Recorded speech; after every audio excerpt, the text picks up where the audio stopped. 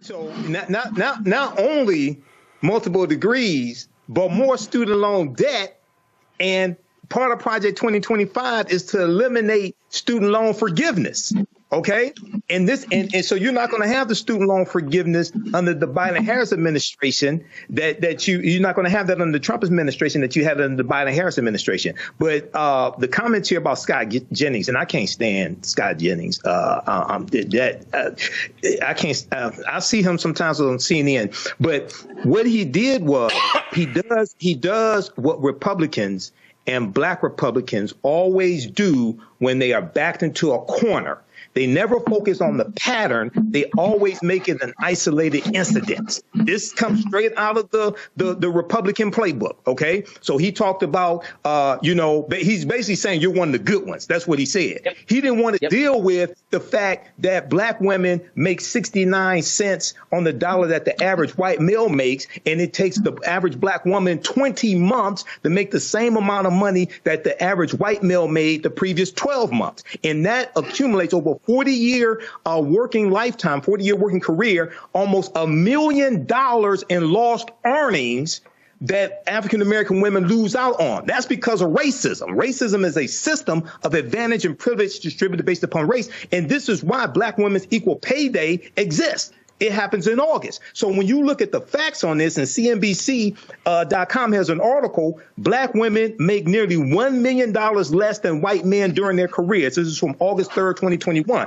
Go check go deal with the facts on this. So, and this is dealing with economics. They don't want to deal with economics because the whole purpose of racism was to maldistribute wealth, power, resources into the hands of Europeans. And they are reconsolidating that in this whole backlash that we see, the attack on DEI, rescinding affirmative action. This is countersetting the racial reckoning that took place after the death of George Floyd.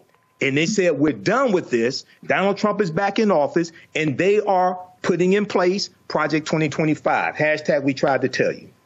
So on CNN, they had a hot conversation dealing with the issue of DEI, other thoughts, and Ashley Allison, who was a commentator on the network, you know what? She went back and forth with him, talking about her experience in the workplace. MAGA is really upset with what she had to say. Watch this. People that they like to be around. Do you think they like to hire the best people for the job? But I also think around the idea of diversity. No, Donald Trump hired all of his friends. But I want to go back to people that are in his cabinet right now. You know, because you are a smart man. I know you know this. Why don't you understand how political appointments work? I don't understand. It's not about, but this is, can we just go beyond, can we just go beyond the cabinet? Because, yes, the president gets to pick whoever he wants, and the Senate is now for the Republicans, and I would have hoped that some of them would have been had more profiles and courage, but they didn't, and they actually put people in that I do believe in your party you have more qualified people who could be in that cabinet. I'd like to think that. But that's not what they chose. That's not what they chose. So go for it. The issue in this country right now is we live in different realities. That's right. I live in a reality where I know I do not have the same opportunity as you. I know I don't. And you know and that I know too. Let's go. And you know that. Let me just tell you about me. I'm gonna let you finish, but I want to answer this. I'm not talking about how you feel. I'm talking about how I feel. Me, a Black woman in this country. But not in this city. And I will run. And if you want I'm a New Yorker, not in this city. You cannot say that. You can't say that in this city. I'm not talking about New York. I'm talking about Ashley Allison right here. I got a law degree, a master's, and 2 bachelors. Probably more education than all of y'all added up together at this table, right? And I have always been the least paid person on payroll at every institution I have worked in. And it's not because... Even in the White House? Even in the White House. Well, whose fault is that? I don't think he worked for George W. or Trump. Well, guess what happened when I was there? DEI. Scott. Look. I'm head Scott. Look, you're my friend. I respect you tremendously. I think you're probably the smartest operative in the Democratic Party, and they should listen to you more. That's number one. Number two, you and I share a comparable background. We're both from the Midwest. We both come from middle-class families, lower middle-class families maybe. I actually think we share a lot of similarities in our journey. But I think you made it, and you are the most respected voice often at every room or every table you're in, not because of anything other than your talent and your work ethic. And that's all anybody ever is asking for, is for people with talent and work ethic to make it. And that's what I see in you. That's how I see you. But let me tell you something about my story and my family's story, is that we have faced discrimination. I have faced discrimination. I just said I was the least paid person, even in this moment sometimes, to my counterparts. It is just the reality of the country we live in. And I'm not saying, I do believe I'm qualified. I know I'm qualified. You won't ever tell me I'm not qualified. But the system that I live in doesn't matter about my qualifications. All right. See right there. And that's the key. See, you heard Scott. Oh, my God, you're great. You're wonderful. I think you're so talented. It's about hard work and your knowledge. She's like, dumbass, you didn't hear what I said. I'm talking about the money. I'm talking about being grossly underpaid. See, this is what the right wing does. And see, remember, Pence and Trump last time, systemic racism. I don't believe in it. They want to deny it. It reminds me when I was on Patrick Bet-David's podcast. I had to school his ass. When it came to racism and housing. And if y'all want to see, now first of all, his ass ain't even from here. He from Iran. He ain't even from here. He tried to say in an interview, why don't I go back to the neighborhood I grew up in? Why don't your ass go back to the country your ass from and fix that? Watch this. I just want y'all to understand how these people are nuts. Are you familiar with Palmdale? I'm going to need you to be drug tested. Seriously. Yeah. Do you even know today? We've done the stories in Florida. When somebody's black selling their house, the appraisers will come in and literally give them a value $100,000 to $300,000 less because they're black. You know that's actually happened, right? You'll take one story and say that. Oh my God! On how many occasions has that happened? Are you serious? Do you think a message like why don't you go ahead and Google? Why don't you go ahead and Google? How many times has that happened? No, I believe it's happened, but how many times has that happened? The New York Times literally just did a story talking about the systemic racism that exists within housing appraisals. This is a fundamental problem. I'm trying to see, you're living in a different reality. What progress are you making by saying that? What progress? So what you're doing? I'm trying to end that. Okay. Do you know how inherent? Okay, hold on. You say you're Middle Eastern, right? You're trying to. Hold on. You said you're Middle Eastern, right? I am. Yes. How would you feel? How would you feel? Yes. If you're selling your home, you've got a home that you know, right? And you put upgrades in it, and you know your home is worth $500,000. Yeah. And somebody comes into your home, and they see your photos, right? And they see your family, and then they go back and they go $350,000. You go, what the hell? So you tell that story. Wait, one second. To get people to be convinced that's happening. It's actually out of 1,000 appraisals. Oh my God. Out of 1,000 appraisals, how many times does that happen? Out of 1,000 appraisals, how many times does that happen? You want to pull that up? You want him to pull that up? That's your world, though. Out of 1,000 appraisals, how many times does that happen? Let's just say it happens. It is a significant issue in America. Oh my God! And wait, one second. And then when the woman, a black person should not have to remove their photos from the wall and remove black art and remove black books to have a white appraiser then come in and go, oh, it's actually 550. So one second, because I'm going to show you how it impacts generationally. Here we go. So when you follow me here, because this is housing in America. When you then get that lower appraisal, you then cannot sell your house for the higher value, which then means you are not then taking those proceeds and being able to invest, being able to send your kids to school. And what I'm trying to explain to you is there is a world out here that for some reason you're like living in Unity world that ain't the real America. Brother, I'm trying to get rid of that stuff. You have the wrong guy here. I'm trying to get rid of it. Okay, good for you. I am as well, but you have the wrong guy here. And here's what I mean by that. So when you ask the question, what do you do if they appraise your house $350,000 less, right? That's your question. Okay. I don't see myself as a victim. I stopped looking at myself as a victim a long time ago. And by the way, being Armenian and Assyrian, you know what a lot of people in the Armenian community do? You know what a lot of people in the Armenian community do? They sell victimhood mentality. I'm raised with that, which is the statement of mechka. I know you don't know what the word mechka means. Mechka means, oh, poor Roland. Oh, poor PBD. I don't see myself as a victim.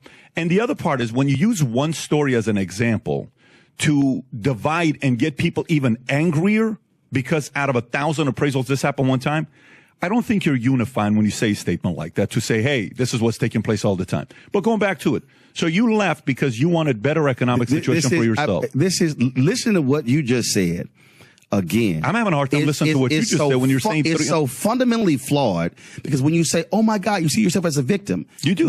No. You're selling it as a victim. No, I'm not. What I'm selling is a reality. What I'm selling is when this is again, since you didn't, I guess you couldn't pull it up. Okay. Oh, he did pull it up. Okay. The Biden administration, the Federal Housing and Finance Agency released 47 million appraisal reports to the public for the first time. The appraisals, which were compiled between 2013 and 2021, present evidence of a persistent, widespread practice in the home appraisal industry to give higher values to homes when the occupants are white and devalue them if the owners are people of color. That's such bullshit.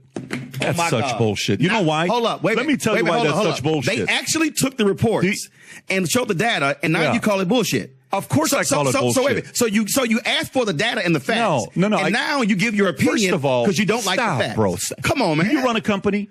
Yes, I do. Okay, so when you run a company, how much shit can I find in the OPEX? How much in the what? With OPEX. When I go into my balance sheet and I look at my expenses, my monthly expenses, what I'm paying for, rent, employees, benefits, workers' comp, I can give a number and say, we lost $280,000 this year. And it's like, oh my God, we lost $280,000. And then I open up the balance sheet and then boom. I'll see you're moving your face like you don't know what I'm talking about. First of all, when I see a data like this, tell me the whole story. To jump to conclusion with something like this without seeing the entire story is ludicrous to make a comment like that. But analyzing the millions of appraisals by using census tracts as a proxy for neighborhoods and comparing communities with nearly identical housing stock, two researchers found that the results showed a clear correlation. The higher the proportion of white residents in each community, the higher the appraised value of individual homes. They compared similar data. See, again, you want to reject the facts. And what I'm trying to explain to you is I am refusing to constantly have people give data without me having access to the entire thing just for their own benefit to divide So what you're saying is, in order for you need access to the 47 million home appraisals. I'd love to see yourself. I would love to see it. Okay, guess what? It's a federal agency. File a FOIA. I'd love to see it. File a FOIA. But here's file a what? A FOIA. Okay, so I'd love to see it. You know why? Here's the part. How often do you see data being used and we don't know the whole story? Both sides. How often? Well, first of all, we see data out there.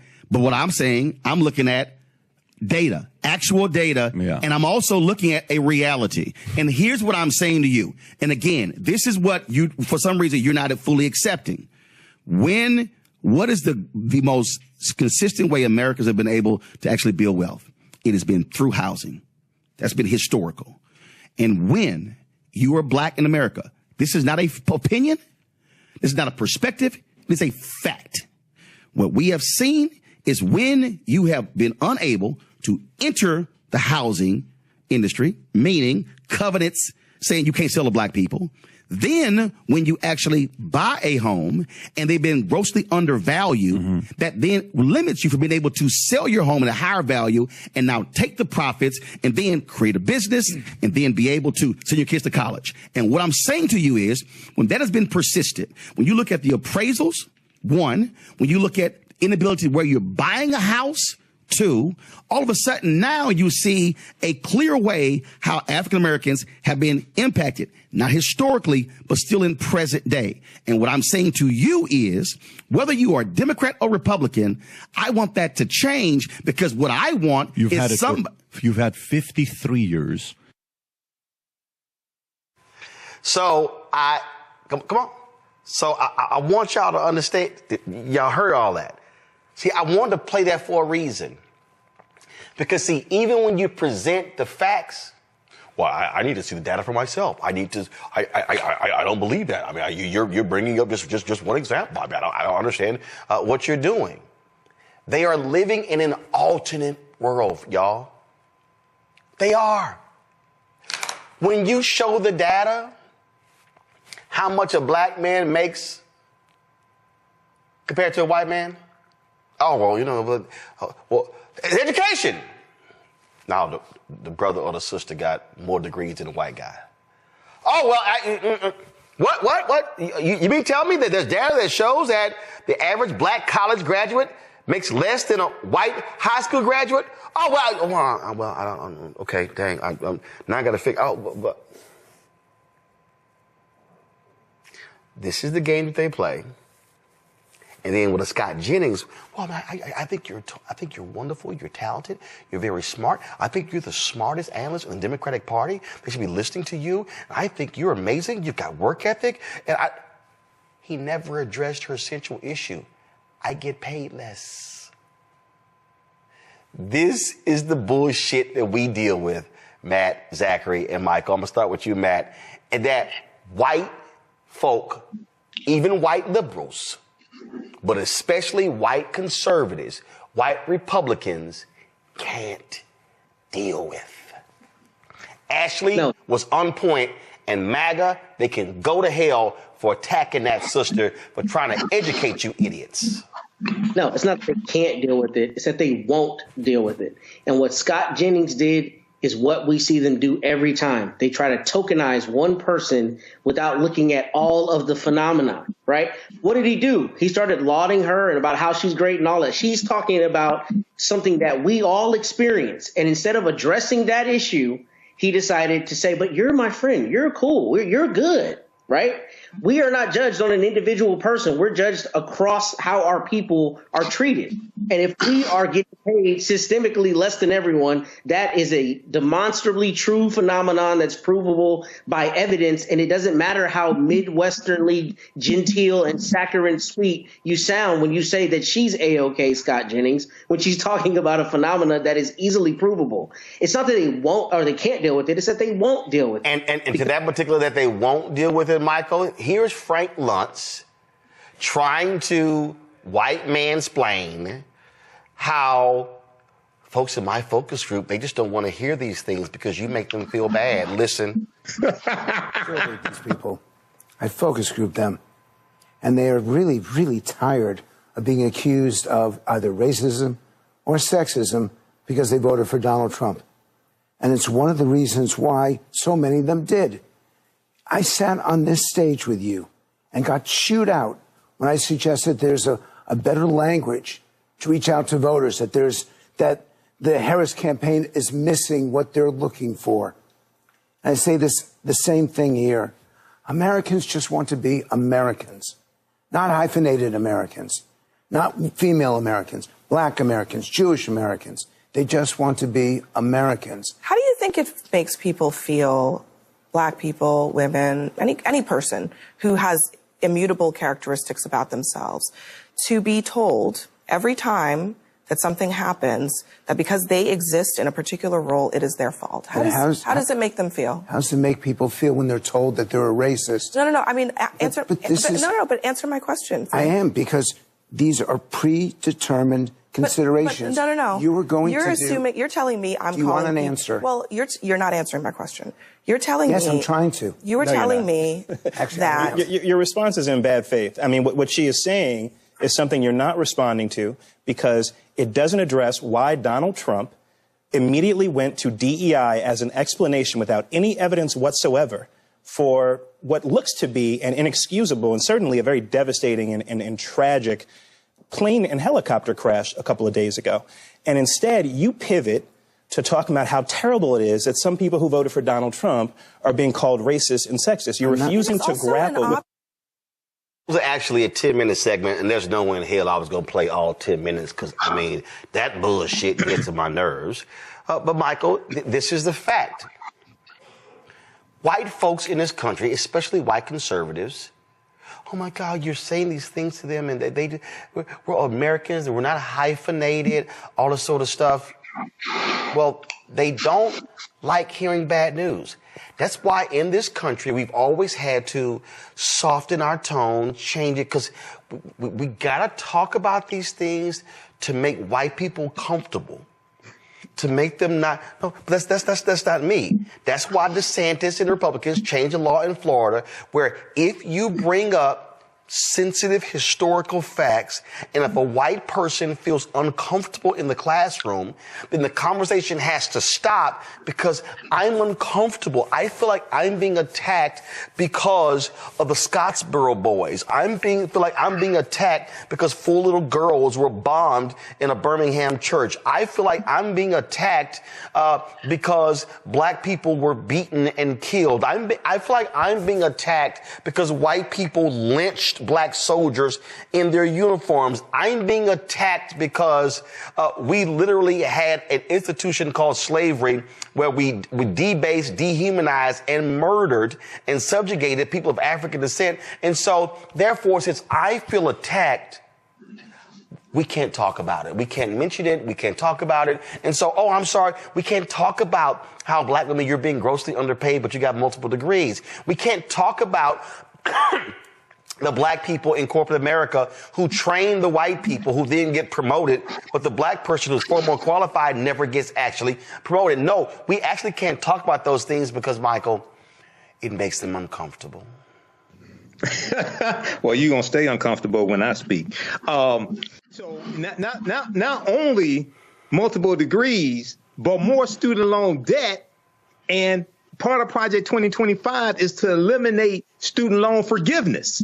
OK, and so you're not going to have the student loan forgiveness under the Biden-Harris administration that you're not going to have that under the Trump administration that you had under the Biden-Harris administration. But the comments here about Scott Jennings, and I can't stand Scott Jennings. I can't. I see him sometimes on CNN. But what he did was he does what Republicans and black Republicans always do when they are backed into a corner. They never focus on the pattern. They always make it an isolated incident. This comes straight out of the Republican playbook. OK, so he talked about, he's basically saying you're one of the good ones. That's what he said. Yep. He didn't want to deal with the fact that black women make 69 cents on the dollar that the average white male makes. And it takes the average black woman 20 months to make the same amount of money that the average white male made the previous 12 months. And that accumulates over 40-year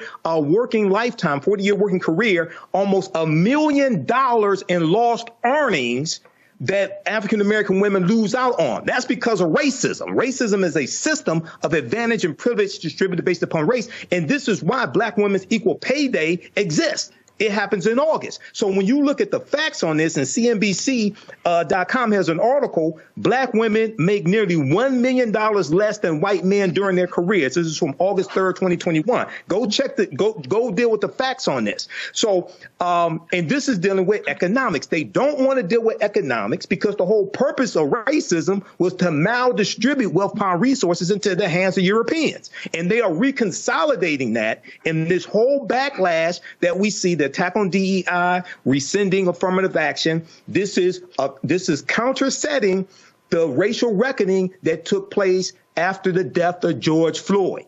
And they said, we're done with this. Donald Trump is back in office, and they are putting in place Project 2025. Hashtag we tried to tell you. Zachary.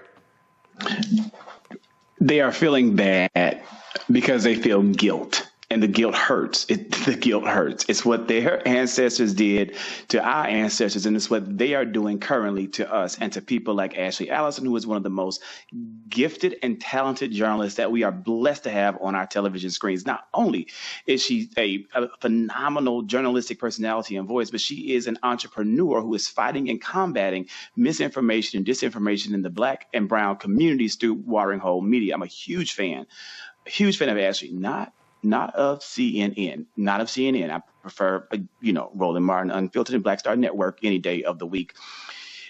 Everything that Michael said, I once again want to reiterate. hands down, this is all laid out in Project 2025. If you would have read it, if you would have just, or not read it, look at all of the content that was being pushed out all across social media platforms about this, you would have seen that the plan is to not only take away opportunities for minorities to go to college, but to take away that funding, to take away Pell Grants, to take away student loans.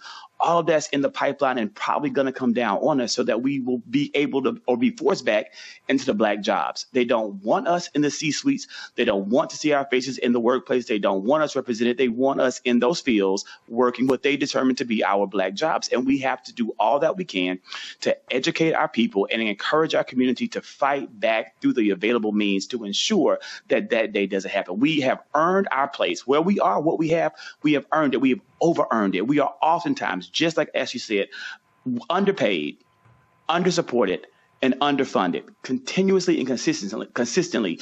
DEI didn't give us any advantages. All it did was give us due consideration. DEI did not give us any advantages. All it gave us was due consideration. The reality, what's this? What did it say, Matt? I don't see color, Roland. I don't see color. How often do you hear that? Oh yeah, which is first of all, I don't see color. Yes, you do. Yes, you do. You see color, and you think I'm the black that's acceptable. I'm okay, right? You're the one that's all right, Matt. Doesn't matter how we treat the rest of them. You're okay. That's exactly what you saw Scott Jennings do. You're the black I'm okay with, Ashley. That's what we're seeing. And that's the whole trick of the colorblind society. They try to. Dr. King wasn't fighting for a colorblind society. He was trying to dismantle white supremacy and racism. He was very proud to be black. He talked about that before. He said, "Be black and proud." What they tried to do, what Donald Trump said on January 20th at the when he was inaugurated, is going back to a Supreme Court ruling that Clarence Thomas made. He made the majority decision on. I forgot the case. But it was an argument between Clarence Thomas and Ketanji Brown Jackson, and he was talking about a colorblind society. And this is the language that these conservatives latch on to. We want a colorblind society, merit-based, so we're going to get rid of affirmative action and DEI, and everything's equal. That's all. So I want folks, again, for all these folks who, the Scott Jennings of the world and the Frank Luntz of the world and the Patrick Bet-Davids, here's a perfect example, a study that was done last year. White-sounding names get called back for jobs more than black ones. This is from NPR. It's dated April 11, 2024. It said, 20 years ago, two economists responded to a slew of help-wanted ads in Boston and Chicago newspapers using a set of fictitious names to test for racial bias in the job market. The Watershed study found that applicants with names suggesting they were white got 50% more callbacks from employers than those whose names indicated they were black. Researchers at the University of California, Berkeley, and the University of Chicago recently took that premise and expanded on it, filing 83,000 fake job applications for 11,000 entry-level positions at a variety of Fortune 500 companies. Their working paper, published this month, entitled A Discrimination Report Card, found that the typical employer called back the presumably white applicant around 9% more than the black ones. That number rose to roughly 24% for the worst offenders. What's it? So this is the point. Same resume, different names. Mm-hmm. That's what Ashley Allison was trying to explain to those idiots, that you can be black and you can have 5 degrees and you can have a law degree and an MBA and they will underpay you compared to white counterparts. And here's what's crazy. Happens to white women. I remember there was a woman who went to seminary and applied for a job at a Southern Baptist Convention church. She was a single white mother. And there was a white man who applied for a job. And the church literally told her, she was already there. The church told her that they were going to pay the white man more because he was married and had kids, and she was a single woman. Not, are you doing the job? Not, are you a hard worker? Not, are you competent? No, he's a man with kids and a wife, and you're single, so you don't actually need as much money as he does. Those folks don't want to hear that. And what Frank Luntz, of all people, let me be real clear, this is the same Frank Luntz who, through his focus groups, focus tested racial language. Frank Luntz, frankly, should never be on any cable network because Frank Luntz is part of the problem with today's politics. And he's actually talked about it in the past. It was his focus groups. How do we craft certain language that will get these white Republican voters to support or oppose certain things? He's part of the problem.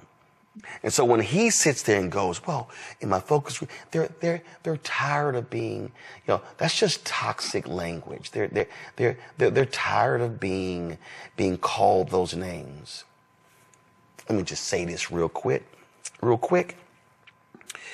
If you are a Donald Trump voter and you're MAGA Republican and you're tired of being called racist and being called sexist, why don't you stop supporting racists and sexists? What a novel concept. Support the African History Network, $ the AHN Show, through Cash App, through PayPal, paypal.me/the AHN Show. Here's our QR code for Cash App right here, the bottom of the screen. The information is also on our website, AfricanHistoryNetwork.com. You can register for the online classes that I teach. We do the classes live. All the sessions are archived and recorded. So you can go back and watch it anytime. You don't have to join us live in the class. And then you can download you can order my DVD lectures and digital downloads of my presentations as well. So that all will help you and help us as well. Yeah, we know African American History Month is coming up also. Follow us. I just shut down I just deactivated my TikTok account because I ain't doing TikTok. I don't know if I'll go back to it. I'm not sure. But I have downloaded Fanbase, so I'm setting up Fanbase also. Everybody download Fanbase, set that up. That's an African American owned and operated social media platform owned by Isaac Hayes III. Okay, so you can support us here. Register for the online classes I teach Saturdays, 4 p.m. Eastern Standard Time. Register right here for it. You can do a debit card, credit card, or PayPal. Download the our class lesson plan here. We have our Cash App right here, $ the AHN Show. So if you type it into Cash App, type in the full tag, $ the AHN Show, SHOW, because there's some fake ones out there, and they'll come up before you type in all of it. Okay. Ours, it will say Michael, and it may show my picture there. Okay. So we have a QR code here, and this shows it also right here, this graphic here. And then paypal.me/the AHN Show through PayPal. And I know through PayPal, you can set it up for a recurring contribution if you want to. We definitely appreciate that as well. I can't remember if you can do that, set up for a recurring contribution through Cash App. Okay. All right. Look, we have to get out of here. Hopefully you learned a lot today, because this is a lot of work to put all this together. Hopefully you learned a lot today. Remember, at the African History Network, we focus on educating, empowering, and inspiring people of African descent throughout the diaspora and around the world, because right now it's corrects wrong behavior.